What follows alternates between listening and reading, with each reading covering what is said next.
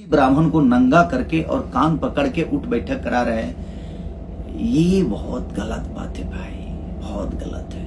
But ठीक है, भगवान के लाठी में आवाज तो नहीं होती लेकिन लगती बड़ी तेज है यार, वो लगती बड़ी तेज है। आपके अहंकार आपको मुबारक हो, ईश्वर करे कि आप ऐसे ही अहंकारी बनते जाइए।